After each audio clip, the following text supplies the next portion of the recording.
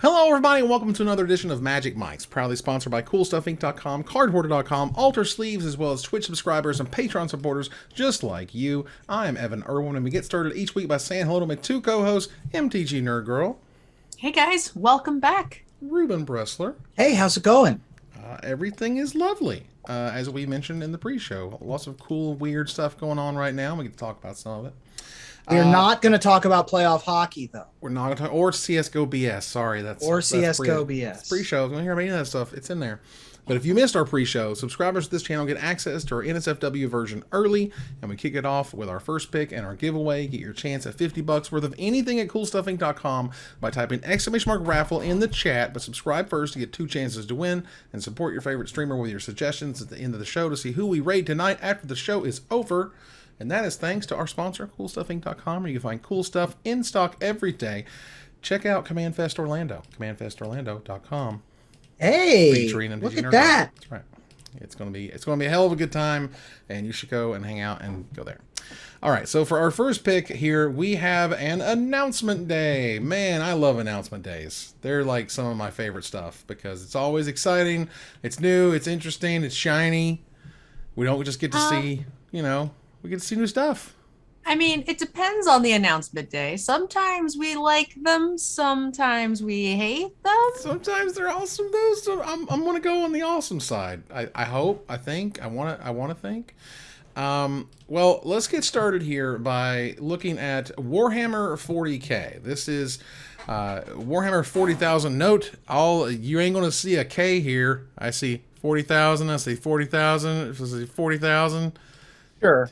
Make sure you get that branding right, y'all. Yeah, the branding is right. We can read it however we want, though. That's right. So for Warhammer 40K stuff, they're going to have a bunch of commander decks, which is interesting. They try to stay, authentic to Warhammer 40,000 factions and strategies, because I haven't the slightest idea what's going on with Warhammer 40,000. I have no idea, personally. But they are going to make a bunch of them here, these different commander decks, and they're making collector's edition commander decks. What do you guys think about that one? I'm interested. It's mostly in pieces now, but I have a Tyranid army. I'm down for some 40K action. All right. Yeah, I have Tyranids for 40K, and then I had High Elves for Fantasy. Cool. Now, I was never a 40K person. They played it a lot at the comic book shop that I worked at in college, though, and I have a lot of friends that play today. And the discords that I'm in where people play 40K are very hyped about the 40K Magic stuff. So nice. I mean, the idea of making a collector's edition version of the commander decks themselves, I think is fantastic. What Wizards has found is the more neat, shiny, cool versions of a thing that exists for more money, people will buy those things for more money. So let's go. I'll also note here, just looking at the colors of these commander decks, I can tell you right now, with absolute certainty, Necron Dynasties is going to be the worst seller by a country mile, because you know what commander players like? Multicolor. They like multiple colors to choose from when it comes to building their decks, and to make a monocolor commander deck, it's not going to go well. You know why? Because we made custom commander decks at Cool Stuff, and we sold them at shows and stuff, and I can tell you, nobody likes monocolor commanders. They just don't. Yes and no. I mean, I agree that multicolor does appeal to more people, but I think that the large majority of people are going to be playing these are Warhammer fans. So the bigger question is that a popular army? I think is what would determine what would be the larger selling point more so. Because like if I'm just a random Magic player, I'm not going to buy something that's multicolor if it's not my army. And then people who are playing Warhammer are going to pick their army. That's fair. I mean, if this is a flavor thing, then let it be a flavor thing. But, in terms of just good old-fashioned what commander players generally enjoy, I've generally seen them only enjoy multicolor commanders. Sure. But this is again like this is similar to a Secret Lair Walking Dead, right? Where it's not we're not going after Magic players necessarily. We're going after 40K players primarily, right? So from that sense, I agree with Nerd Girl. Like it's less about the multicoloredness. Now, if it's more of an even split, 50-50, 100% agree with you. Look, I'm all and about also, Go ahead. I was just going to say also, like, maybe it isn't a popular army right now, and paired with the fact that people who just play Magic won't be picking it up because it isn't multicolor, like, it's definitely going to hurt them. I just don't know if it'll be balanced out by the popularity. I like Hyper Sinio, their suggestion. There should be a paint your own deck variant. I like that idea. Oh, like color them in? Yeah, it would be insane. That'd be so insane. Oh, I would buy that. I know. That would actually even be if insane. I didn't, I would totally buy like a paint by number type deal or something like that'd be cool. Yeah, would that be neat? Let's go. That sounds like fun. There's also going to be 3 secret lair drops, which they're not going to tell you about now, but they'll tell you about whenever they come out. But like I know the Age of Sigmar is like a really big thing in Warhammer 40,000 and whatnot. But this stuff will start previews on July 26th. The secret lair drop is August 12th through 22nd. The worldwide release is August 12th. And so that should be exciting. The launch weekend event is going to be August 12th through 14th because we'll get to a promo for that here in just a minute. Now, Abaddon the Despoiler was the only face-seen card that they previewed, and this is a Grixis or a Maestro these days mana, red, black, blue, and 2 generic mana. All right, I'll let that happen. Hey, I'll let that happen. Don't make me Witherbloom the Golgari, all right? Right. Now, for red, black, blue, and 2 generic mana, it is a 5 mana, 5/5 mythic legendary. How do you say that word? Astartes? A star is like, is this like a French thing? Astartes? Astartes? I don't know. I'm not a 40K. I'm not in the chat. Please help. Either way, it's an Astartes warrior, and it has trample, and they're using the flavor words like in D&D. Astartes. They've heard them. Okay, so Astartes, cool. So the D&D flavor words of Mark of Chaos Ascendant. During your turn, spells you cast from your hand with mana value X or less have Cascade, where X is the total amount of life your opponents have lost this turn. And that's a rad ability. Very cool. Spells you cast. So if I deal my opponents a total of 5 damage and I cast a 5-drop, that has Cascade. If I Cascade into a 4-drop at that point, it also has Cascade? No, just the spells you cast from your hand. From your hand. Okay. Yeah. Still cool. Still cool. Still great. Yeah. That's awesome. The art is really kind of sick looking too. Yeah. It is epic, as Warhammer tends to be.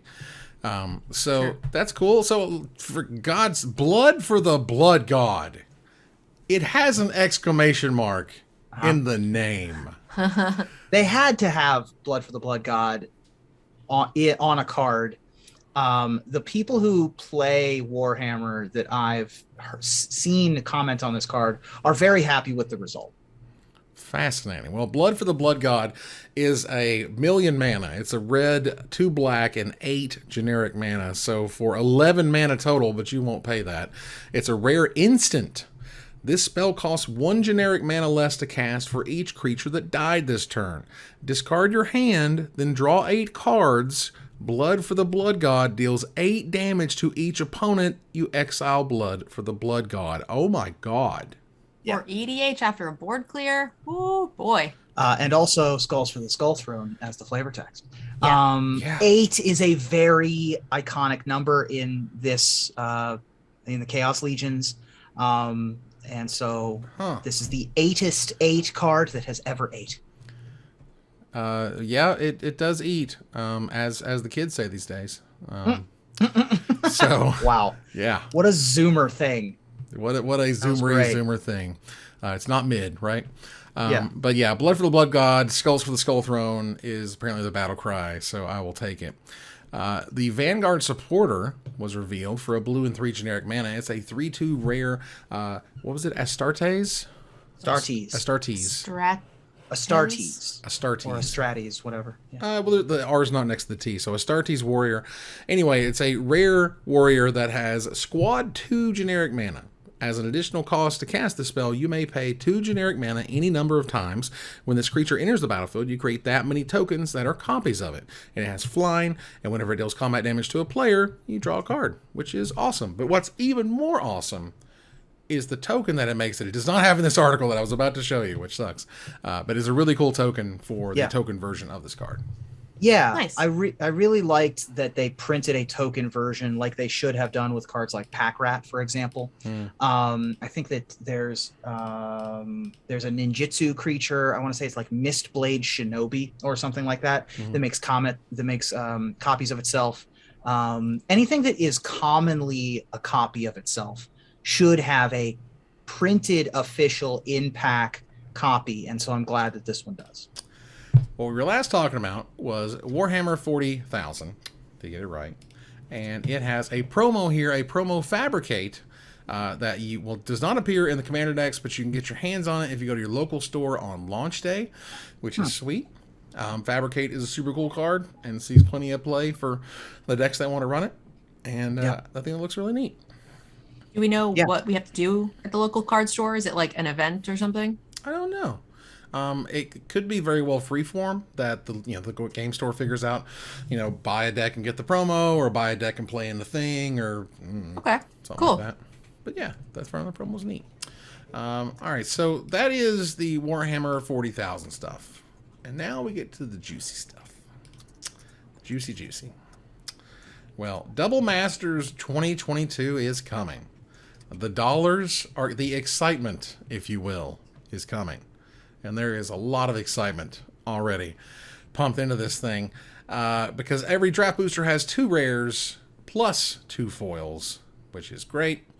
And so the previews are going to begin for Double Masters 2022 on June 16th. The card image gallery is going to be done by June 24th. Special preview events for WPM Premium stores July 1st through 7th, and the worldwide release on July 8th. And they showed off they showed off some of the key art. Who is this character again? I can't remember. It's like Amaratu or Amarutu or something. The little girl with the Animatu. Animatu. Thank you so much. Animatu. I was trying to think of that I was trying to think of that all day. No joke. I was like, what is her name? I couldn't find it. Animatu. All right. Yes.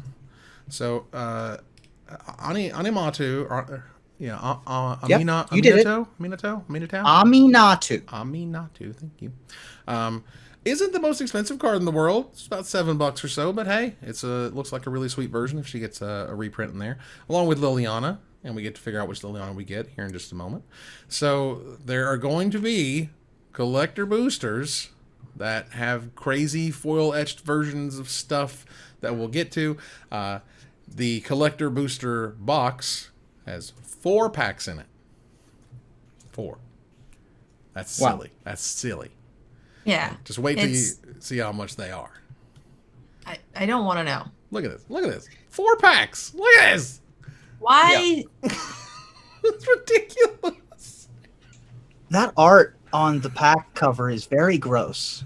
Yeah. I like that they even went out of the way to package them in the same collector booster box shape and like make it 2 separate things so it feels like the box, but it's just like... Yeah. That box is going to be 400 excitements. All right, more than likely. And why 4? Is it so like you could like each buy a box, draft it, and ante a pack or something? Is that like? I have no idea. I honestly got because remember, if you do remember, there was the VIP edition back the first go around. This was $100. This damn thing was $100, and they sold these in cases of 4. Not an actual box with packs and all this other stuff, but these were in cases. And also, these $100 packs had more cards in them. But still, that was what they did before. And again, these things sold out. Let's not forget, these sold out. You can't get them anymore last time I saw, there was like $1.25 or so. But those things sold like hotcakes, and Wizards is ready to back at it. And they showed off Kozilek, Butcher of Truth, and Liliana, the Last Hope, as some exciting new mythics coming. Ooh. Yeah, apparently Liliana the Last Hope is like a $20 mythic or so. And she looks sweet too. Yeah. And the foiling on it was really awesome. And Ren in the 6, come on. First reprint. Yeah, very good. I like the alt art Ren and 6 in particular. It's much more close up. You see what's going on. The story that was told about Ren and 6 in Tangled is a lot easier to sort of grok and understand given the more close-up nature of what's happening here. I really like it a lot. Nice. I don't have that right on hand to look at. They didn't include it in the article, which is weird, but whatever. Either way, the first reprint for Ren and 6, this is still like $100. Last I looked, it was ridiculously expensive.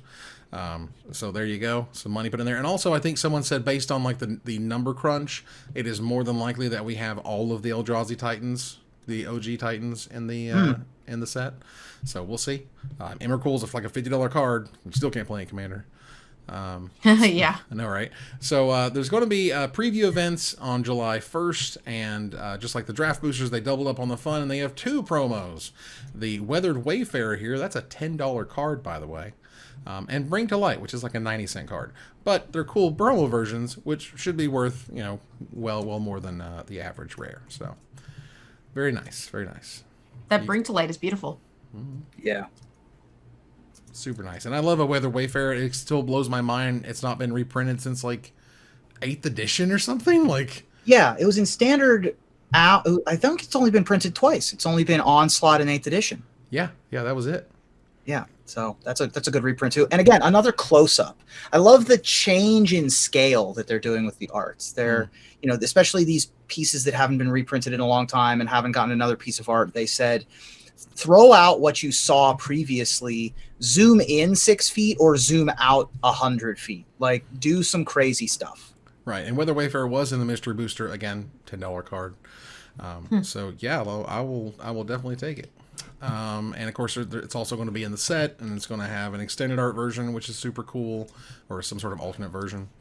Dominaria United. I swear to God, once I read the theory that this is going to be just like they did with the New Phyrexia, where it was going to be like Mirrodin Pure or whatever. Remember when they said it was going to be A or B, but it was clearly B. Yeah. I was like, oh, they're just going to say it's Dominaria United. It's going to be something totally different. The Brothers War is down the way. Something time travel. And I'm like, well, I don't know. It sounds great. Let's go. But it looks like we're actually headed to Dominaria United coming this September. This is awesome. Dominaria is one of the boxes above my head. You can't really see it right now. But I assure you it's up there. And it is my favorite, likely one of my favorite sets of all time. It's beautiful. It's wonderful. The things they did. It's one of the best draft environments that has ever existed, if not the very, very best. September, you said? September pre-release is September 2nd. That's not the next set, right? Because that's too long of a gap. Or is this just the longest gap we've had between sets? It's the longest gap we've had between sets. Is that 5 months? 4 months? Something like that. I guess technically. There's just no summer expansion. Mm-mm. I think so. The way it was supposed to go was 2 months in between the first 2 sets, and then 4 months between the summer set. But they were going to do a supplemental like Masters set in between, and then 2 months closing out the last bit. But this feels like it's been longer, right? Because this actually launched in April, so May, June, July, August, September. Right, very early. Right, September. The first weekend of September is when the pre-release happens. But it's still 4 months. It's still a very long 4 months, and Lord knows how stale Standard is going to get in the meantime. And Wizards has some releases for Arena, in particular the Alchemy stuff that we'll get to. But Dominaria United also does some interesting new stuff. First of all, here is the packaging.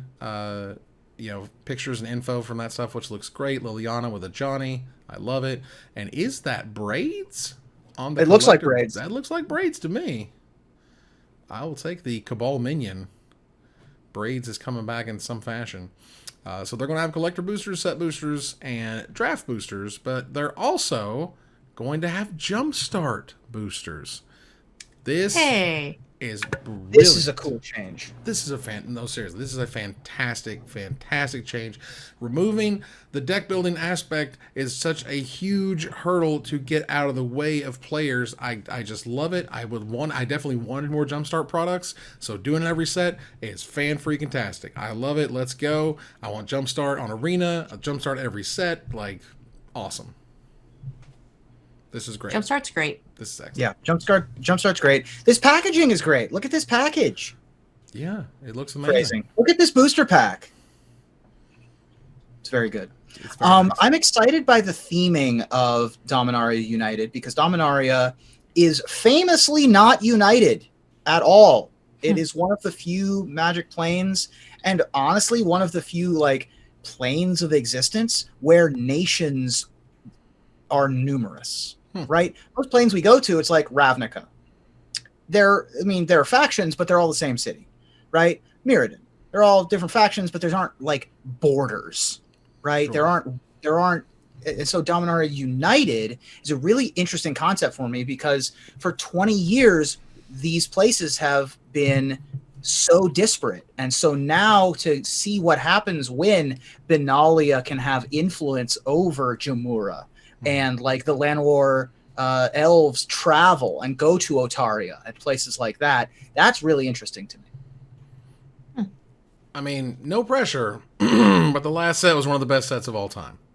Yeah. So, well, also Dominaria is Magic the Gathering's home plane. It is the home plane. Like you gotta, if you want to go all out and you want to do something, that's both like classical Magic. You know what I mean? This is where, to me, classic Magic. I'm not even sure what that even means. Sometimes, you know, like what is classical Magic? Is it 2/2s and you have a giant growth? Like, is that classical Magic? I don't know. What does that mean? I mean, so if I think, what is a bare bones platonic ideal of what Magic the Gathering is doing? And I think back to the set Dominaria, and I think back to the Weatherlight Saga, and I think back to other things associated with Dominaria. Abilities like Kicker and Cycling and, the bare bones types of abilities that are like First Strike and Trample and Flying, get their day in the sun, right? Like those are the focuses. Sure. As opposed to trying to do weird new stuff, where that's what you do in Ravnica. Ravnica is where you experiment with things like Replicate and Haunt and Cipher and, Extort. And those are abilities that would not make sense to me in Dominaria.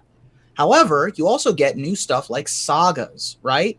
But Sagas are still telling that story. That still feels like a classic design to me. And so it's a really fine line between what are we experimenting with and what is instead a reimagining of a classic.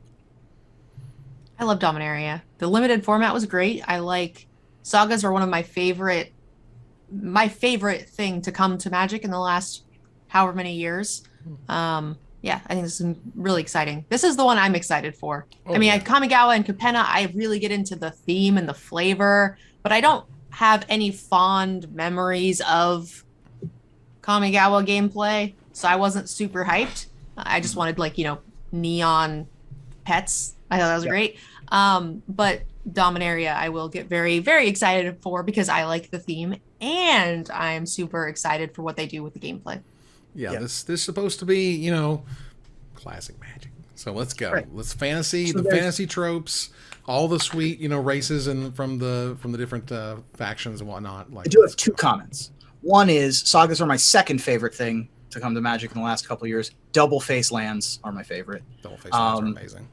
I would love to see double face lands in Dominaria. In fact, since we've had the Wrathy overlay, we can say this place used to be this, but now it's this, and you can play either side. And then Evan got his return to his favorite plane. Nerd Girl's getting her favorite return to her favorite plane. Now do Lorwyn. Do my favorite plane. I want Lorwyn. I want weird, creepy Kithkin. I want fairies. I want more wild alien storybook stuff. We got Eldraine. That was classic storybook. Right. I want Lorwyn. Twisted storybook, which was Twisted storybook. Yeah. I continue to hear rumors about Lorwyn remastered, whatever. We'll see. That said, the replacing theme boosters, which good, because who's missing those? The Jumpstart packs let players new and old and so on and so forth, and that will be super awesome. Very exciting. All right, so the Love Your Local Game Store is back. This happened last year at some point. I think, wasn't it it was what's the Eldraine fetch land? Fabled Passage? Fabled Passage, thank you. It was a foil, special Fabled Passage, as I recall. Anyway, this is, you spend $50 on Magic Seal product in your local store, and you get a promo while supplies last. And this is the Old Border New Image Soul Ring. Oh, very cool. And it's foil, and that's hot, sexy fire right there. Yeah. That People doesn't even in look the real. show, when the announcement was going on, people were very down about it, which I was actually surprised about because so many people love Soul Ring, but it was just a wall of people saying this is an 80-cent card. Why are you selling me an 80-cent card for $50? And Lol. people were super negative. But like people love this art and people love the old border stuff. And to have something like this is going to be super unique. Oh, yeah. So I'm really surprised at what I saw. I mean, granted, it's Twitch chat. Twitch chat's, the internet hates things. So Yep. I mean, look, the Black is Magic Soul Ring is $30. It's $30. Do you think this thing is really going to be 50 cents? I will buy every copy you have for 50 cents. Thank you. Right. The fact that there are 50-cent copies so that people can play the most played card in Commander is good. The fact that there are premier versions, like the Black is Magic, like other Secret Lair versions, and this is also good. The Kaladesh Invention version is over $900. Right. That is ridiculous. Wow. That is in no way realistic in any fashion. The judge version is $386 right now. Sure. And somehow this is like complaining. It's unreal. This is like complaining that you would get a free car. And it's like a decent car, and you're like, I can get a car for $300 for, let's say, $10,000, right? I can get a car for pennies. But the car they're giving away is a $30,000 car, and then there are also cars that are just $1 million.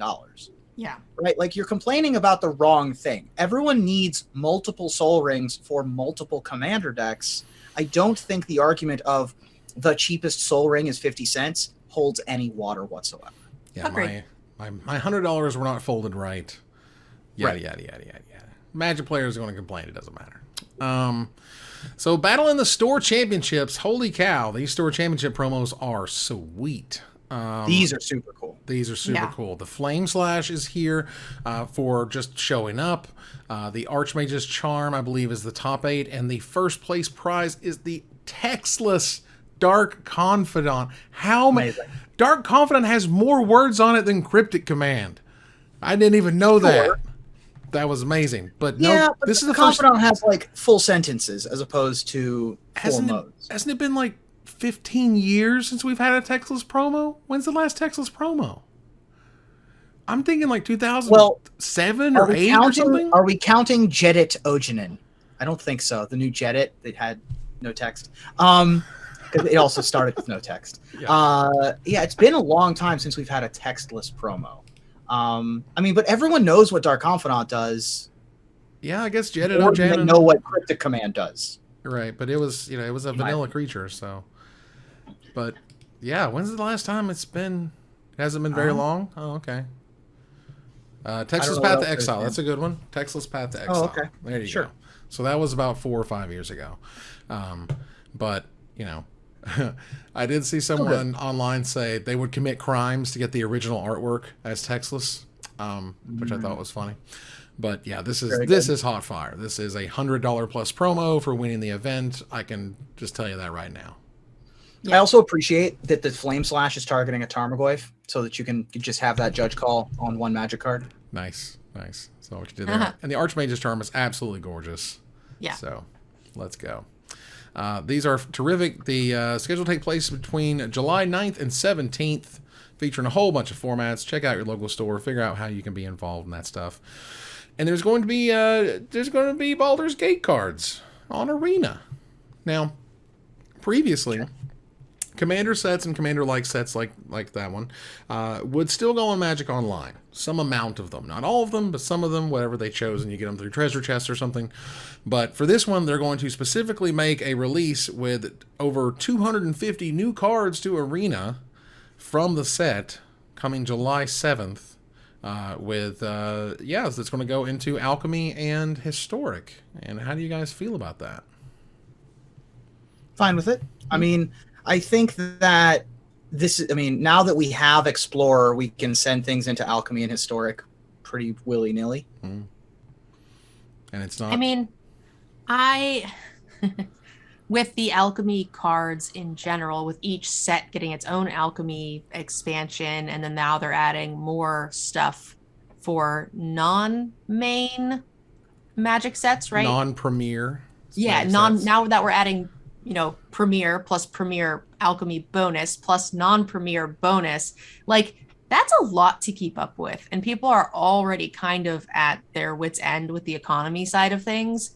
And if you're going to start, if this is anything like the Alchemy extension, everything is rare and mythic. Like they are literally just eating up everybody's wild cards. And it's going to be, I want to say it's unsustainable, but the Magic community keeps doing it. Well, those releases were like 25, 30 cards, right? And so this is 250 cards, which to me says there will be commons, uncommons, rares, and mythics.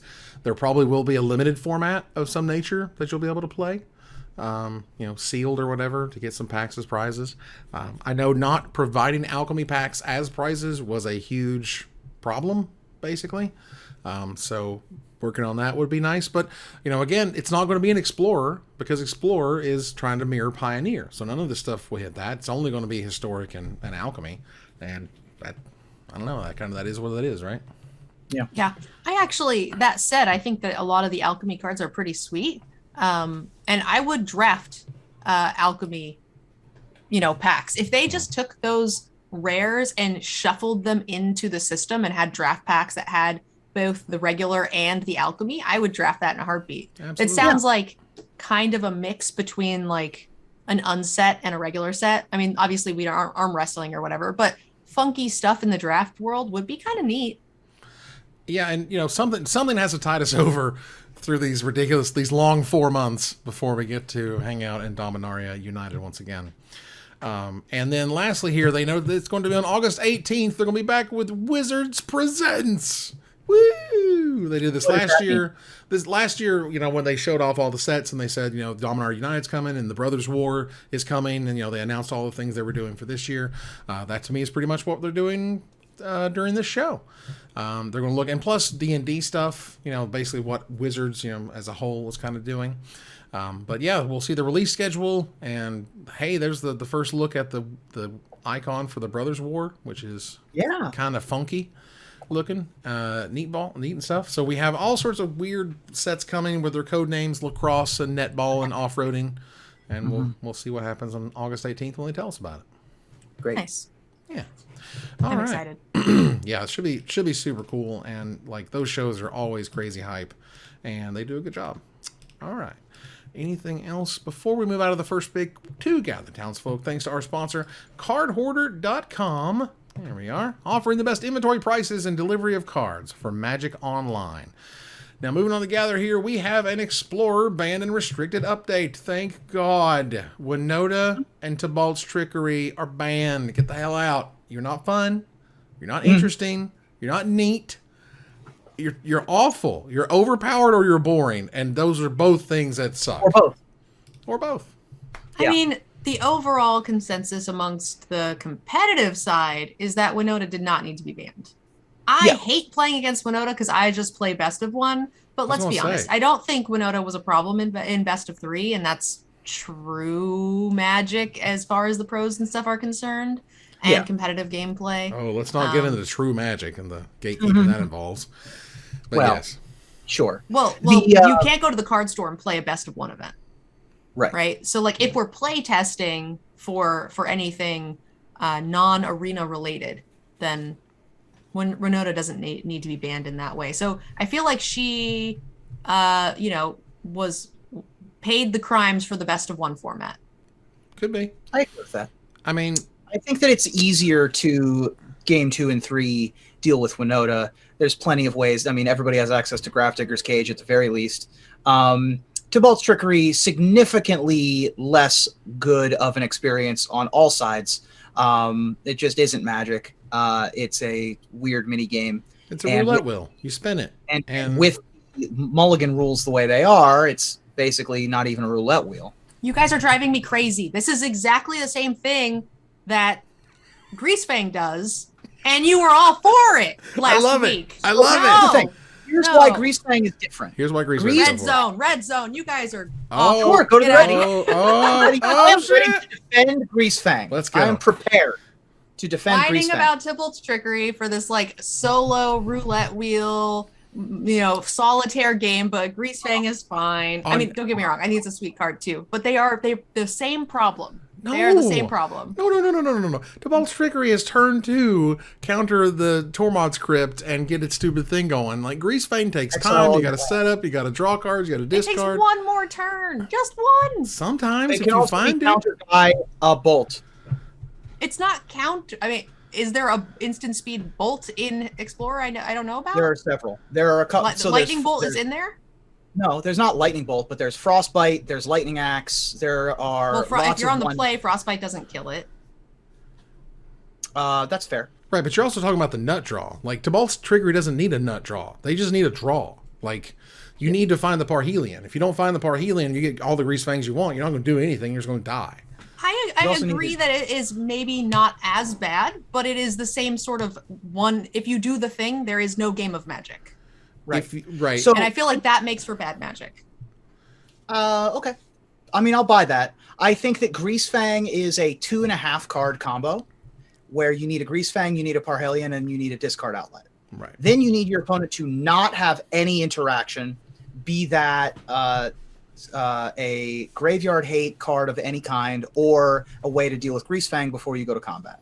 Then you also need to have them not have a pithing needle effect or a shatter effect, a rate line effect, or a shatter effect. Those things don't exist in Best of One, which is what Winota's eating it for, basically, right? Is what we're talking about. In some ways, again, I having played against a lot of Tibalt's Trickery because I would not play that deck myself, and having played with Greasefang a lot, it's not that consistent. It's nowhere near as consistent. Tibalt's Trickery also has a below 50% win rate. That's true. It's a meme deck. It's a meme deck. Right. I hate it. We are getting rid of decks that make for non-fun Magic. One card combo. Right. It is a maybe 1.5 card combo. If your combo is making creatures and attacking, I'm okay with that. That's my line. If that's what it's doing, I have cards that deal with creatures. We're in the red zone smashing. It's not like what happened, I lost, like it can with Tibalt's Trickery.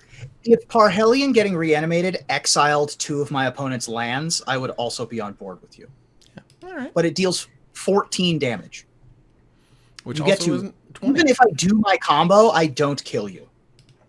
It's true, but there's like a card in the format that then can get you out of it. And that's just like Doomscar, and that's kind of it at that point. Wrath of God, sure, whatever. Many versions. Well, you need a 3-mana one, right? If you're on the draw. Right, and again, we're talking about the nut draw. They need the nut draw. Tibalt's Trickery does not need the nut draw, which to me was the line. But okay. I do agree with you that Greasefang is exactly the same as Winota. It is not. I don't necessarily think that. Are you all out of your mind? Have you played? Have you played these decks? Have you actually played with these decks? Winota is like a supercharged rocket fuel. Like that card is nuts. Yeah.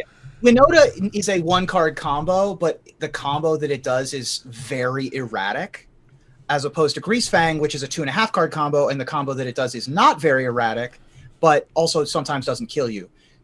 Tibalt's Trickery is a 1-card combo that kills you. I think there's a big difference. Winota does not need to be as consistent as the Greasefang thing. It doesn't need to find the Parhelion, right? You just find a human that's good, that gives double strike, that's a 6/6 that makes wolves, like that's a thing that doubles all of the damage to your permanents. Like, it was just absolute bananas. And given that stupid Citizen's Briefcase thing was now, it just excelled you one more turn and gave you a trigger for Winota. Prosperous Innkeeper and Citizen's Briefcase that do exactly the same thing, which is fine. It's a lot. I like that the best thing. Go ahead. No, please. I was just going to say, I like that the best thing that they're doing with Winota is putting in a 6/6 that like just makes 2 wolves. Like, it doesn't have any other abilities when you put it into play. I like that, as opposed to getting Agent of Trickery. Yeah, that sucks. I hate non-games of Magic. And a lot of times, most decks, if there's one out in the format when your opponent's on the play, that just feels bad. And I think a lot of these decks, in my opinion, suffer. Like, I dislike them more because of the London Mulligan rule. We started creating these combo decks and combo pieces, which end games that are very one-sided, should your opponent get the nut draw. because they can just mulligan into it, because they don't need any other cards. They just need 2 or 3 cards and they can call it a day. So I think letting those kinds of decks mulligan super aggressively kind of makes for unfun Magic. And that's where we'll leave that as we move on here. That said, so the secret layers. I have a few on some shelves over here, and would you see how large the original secret layer packaging was? It's kind of embarrassing how large and ridiculous the secret layer packaging is, especially when you compare it to what they're now using. This little envelope here that's going to have all of your cards, and you turn it over and it's got a little strip there that you can pull so you can get to them. And nice. That this whole time, this was all that was necessary. And they went from the big old giant monster box to the smaller but still nothing box to now an envelope. I mean, if sustainability is your priority, then they've done a very good thing. The other thing is, though, some people want to have a framed fancy piece of packaging. Like, you have a lot of your packaging on display behind you, Evan. Right. Would you rather be displaying this envelope?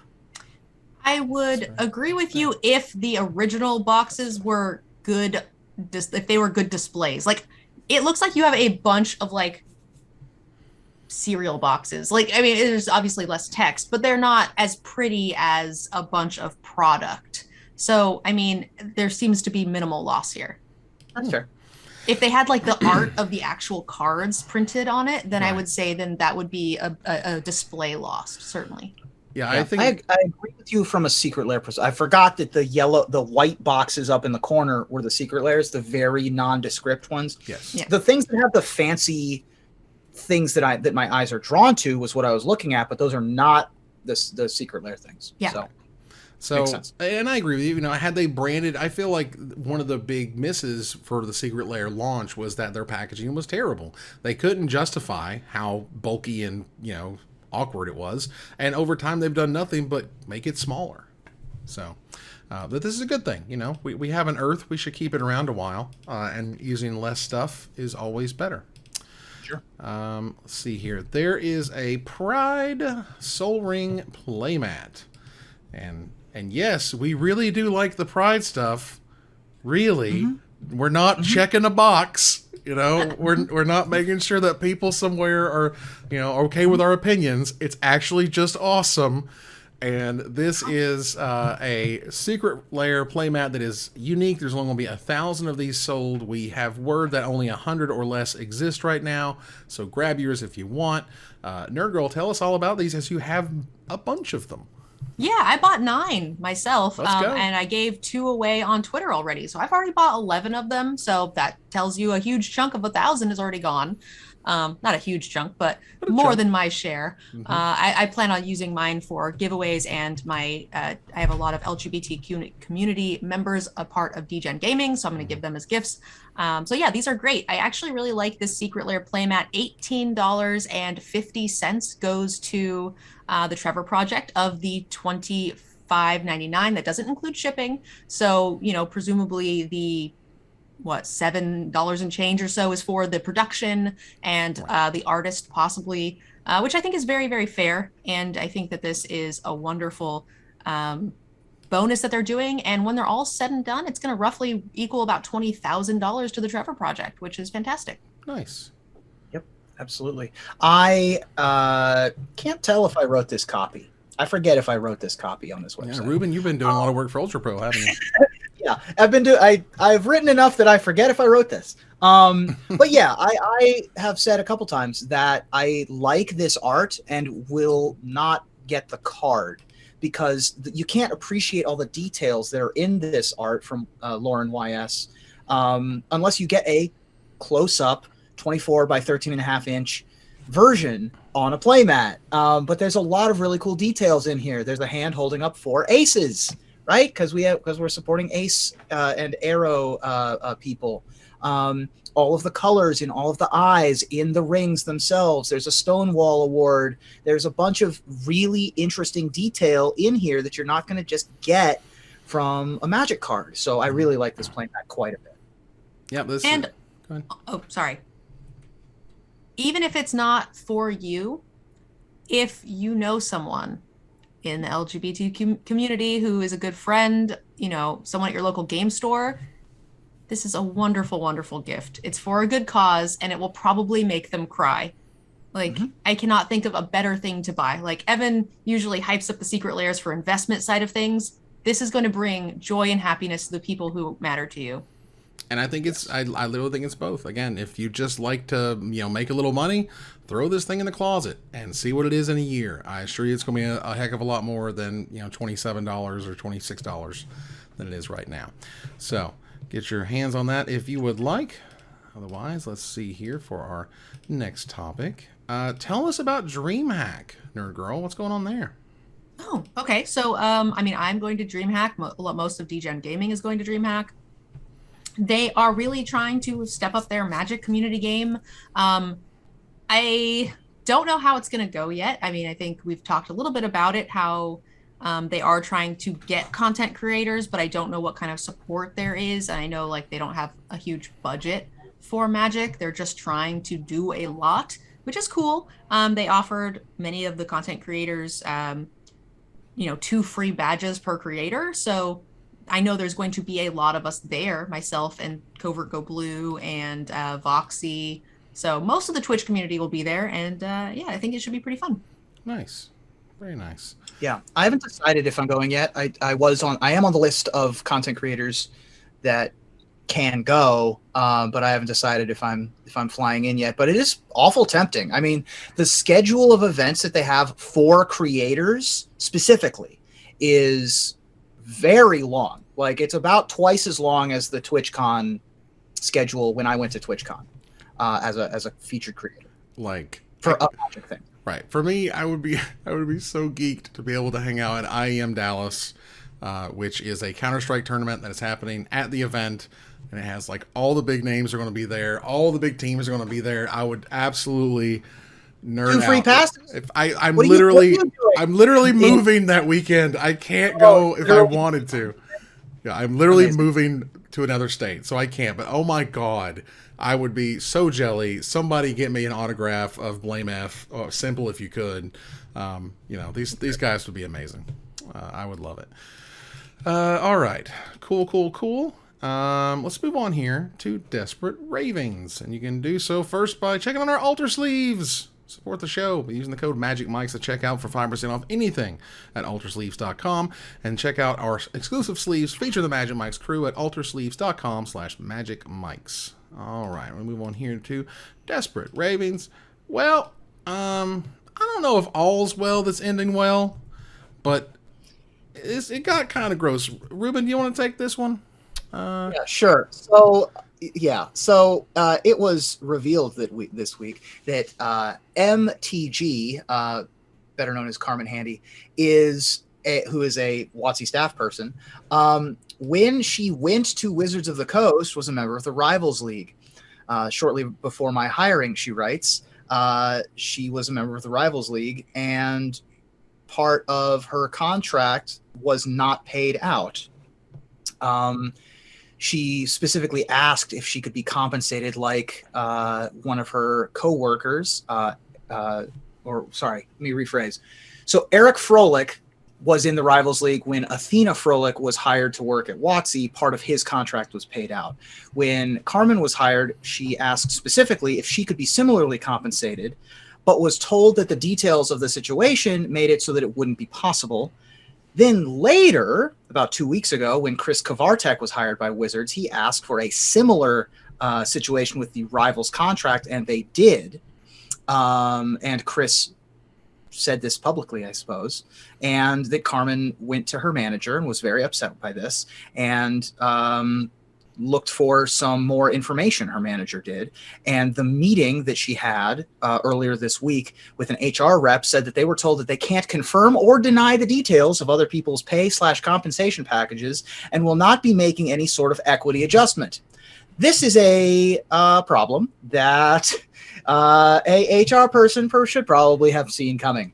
And the reaction to this, particularly when WotC is trying to promote Pride Month and trying to be on the side of good and righteousness, certainly blew up in their face. And this particular tweet has nearly 1,000 retweets, over 5,700 likes, a lot of commentary and a lot of discussion going on with this issue and how WotC has mishandled it. So I have a couple of things that I'm all for, the fair compensation. When Emma said that they were fine when they explained that, different situation with Eric, that makes sense to me because Eric wasn't getting the job himself. He was losing out on a thing because his wife was getting hired. Now, maybe that changes it, right? They're forcing him out of a contract, but not giving him a job. Whereas Emma, they're like, okay, well, you want the job. We're going to give you the job, but you can no longer be in Rivals. Right. So at least there's the exchange on her end. And that makes some more sense to me. The fact that they did it for somebody else sucks and is kind of shady, especially because they wouldn't comment on it. That definitely sucks. But then my question is, companies give signing bonuses to people based on the type of job, or if they pursued the person that they wanted for the job, could be something along those lines. So I hope that there was something like that behind the scenes, not just that they were trying to get one over on her. Right. Like I don't want to believe that it's just straight mustache twirling villain. And there could be a scenario like, for example, let's say that it was due to the timing, her contract had just begun. So paying out her contract would have been like $40,000 or something kind of out of nowhere or whatever. I don't know. But, you can't treat the two white guys differently than the trans person. You just can't. I don't give a damn if the amounts were different. They paid out this person this person that, this person that, whatever. You're talking about contract, employee negotiation for paying whatever. Okay, cool. But you don't just get to do stuff for the two white guys and leave the trans person out in the cold. You just don't. I don't give a shit. It looks worse than it is, but it looks real bad. The other shoe on the drop on this, though, is that a couple of hours ago, Carmen did tweet that she has received information that leads me to believe this is resolved, and assuming everything plays out, as an HR rep has told me, it will in the next few weeks. I'm perfectly satisfied and feel good about my future work as #WotC staff. Smiley face. In the spirit of OP, I will be transparent about things once things go into effect and the proverbial ink dries. So even though this was a mess and looked real bad, it appears as if all things do, in fact, end well. And that's good. I mean, for me, the it's a pretty clear answer as what should happen. But what I would also hope would happen is that Wizards would come out and explain that this was a mistake. This was wrong. They shouldn't have done this. I don't even know if that's going to happen. But I feel it would be better for the company to go out and say, look, no one's perfect. This happened. It shouldn't have happened. It's never going to happen again. Yada, yada, yada. We're putting things in place, so on and so forth. But I don't know if that's ever going to happen. I don't know if more detail is necessary. I don't know if we need to get into the gritty details. No, just to admit that it was a mistake, right? Just to admit that it was a mistake. Sure. But again, this is Twitter, where we only have 280 characters, right? Screenshots of word text documents. And as the girl was saying, there's a lot of nuts and bolts that go into these contracts. There's a lot of individual case things that, it looks bad from the outside that the two white guys got something that the non-white guy person didn't get. But there may have been extenuating circumstances. Right? My hope is that it's based on job title or need for the position or qualifications. Not that I don't think Emma Handy has them, but I'm hoping it's not just we can get away with paying her less. I hope that's right. My goal. I'm glad that they're making it right and treating people fairly across the board. That's the ideal. Right. But also I do recognize that, people get signing bonuses and those are not always equal across the board. And that's just kind of the way, you know what I mean? Right. Companies choose those things based on their needs. Now, and I would note for the the people in the chat who want blood and all, life's not that simple. It's just God? Yeah, no, right. Skulls for the skull throne. Sorry. Yes, please. But life's just not that simple, and I know a ton of people at Wizards who are not okay with this. I know, and publicly, multiple employees spoke up. First of all, high five, thank you. I don't want anything retaliatory to happen to any of these people, and I know that there's people in Wizards who are fighting the good fight and would never have this happen if it were under their management or purview. That's just how it works. But, and Wizards is a corporation. I get that too. I understand HR departments are not your friend most of the time. Like, that's just kind of how corporate life works, and it sucks, but that's the reality. The support was amazing. I was impressed. Yeah, support was great. And I will 1000% be happy to call out that garbage every single time. Okay, so let's preface here just a second. All right, so to address real quickly, Command Fest Orlando, we have some health and safety guidelines that are literally as far as the state will let us go. All right, that's what we can do. We literally have done everything. We can't go any further. The lawyer said so. But if you decide to create a health and safety standard and you move that standard, that's your problem. It's not your problem that the state's the state and you can't do what you can't do. When you set it and then you move it back, it's a problem. Ruben or Nerd Girl, you wanna handle this one for me? I'll take this one too. I love crapping on SCG every once in a while. So SCG Con sort of dropped their vaccine requirements in the middle. Not against the middle. Let's call it towards the end of. Let's be optimistic and say that we're about 80 to 90% through maybe a pandemic. Maybe. Right? Mm-hmm. But they have basically dropped their vaccine requirements without being mandated by the state. The state being Virginia, as this would be Richmond, I believe. Mm-hmm. But yeah, they have just decided for Syracuse, for CSG Con Syracuse. Okay, so this is for SCG Con Syracuse, July 8th through 10th. The one in Richmond on June 3rd through 5th will still require vaccination or a negative test, as well as masks, but the one in Syracuse will not. And it's just caused a lot of blowback. Yeah. Seems weird. Seems like an odd choice. I don't have any more detail. But also, this is, once is a coincidence, twice is a trend, three times is evidence. We've talked about this with SCG in the past, where they're just sort of flippant about vaccine requirements. The question is, and I hate that this is the question, but do they think it will bring more people to not have it versus will it deter more people to not have it?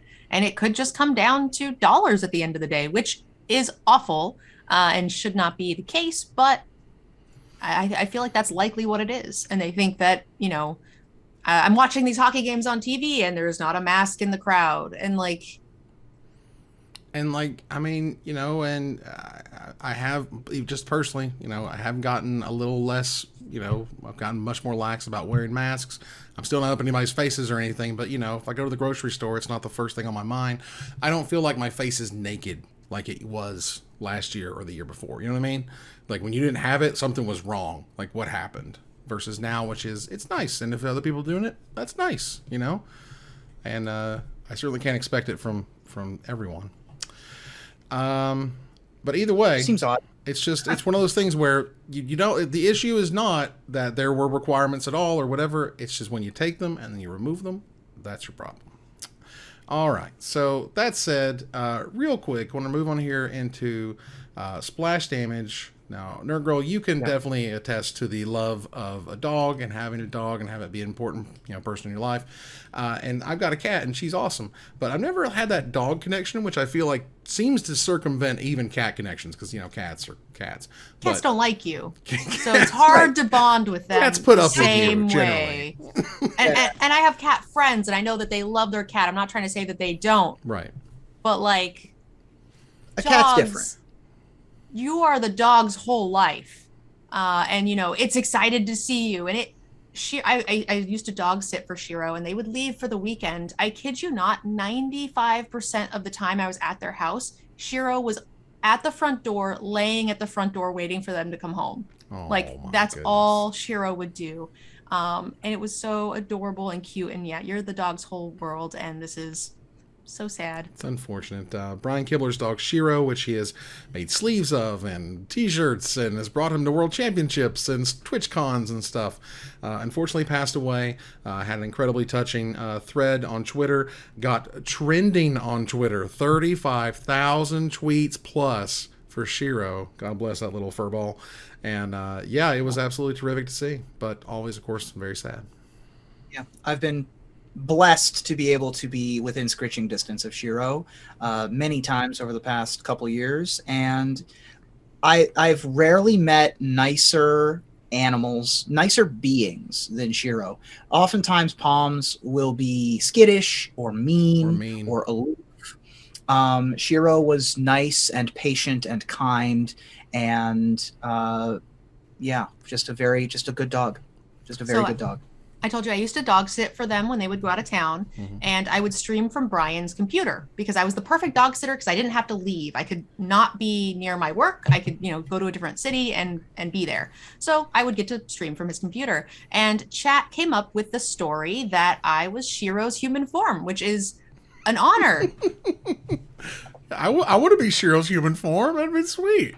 So yeah, so when the parents would leave, Shiro would turn into me and take over. It's great. Incredible.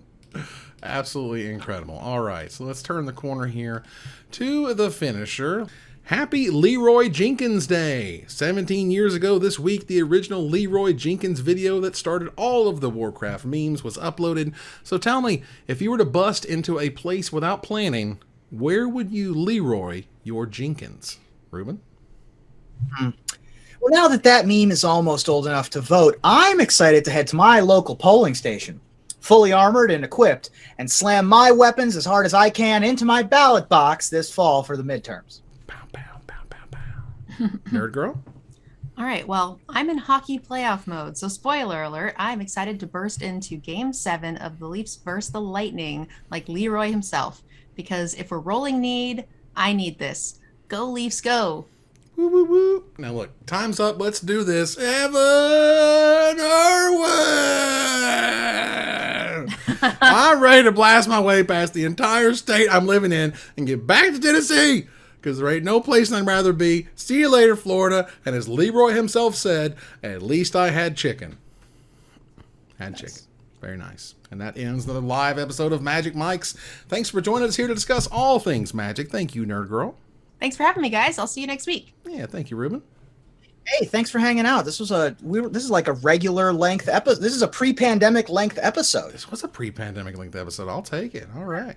Move on here to our final slide. I want to thank our sponsor, CoolStuffInc.com, our co-sponsors, CardHoarder.com and AltarSleeves.com, my co-hosts, MTG Nerd Girl and Ruben Bressler. You guys for watching or listening. I hope you support us at Patreon.com/MagicMics. Please follow, like, tweet, favorite, share, subscribe to everything social that tells people we exist. Catch us online on our Discord, Twitch.tv at Magic Mics, on Twitter at Magic Mics Cast, our Magic Mics subreddit, and like the Magic Mics page on Facebook.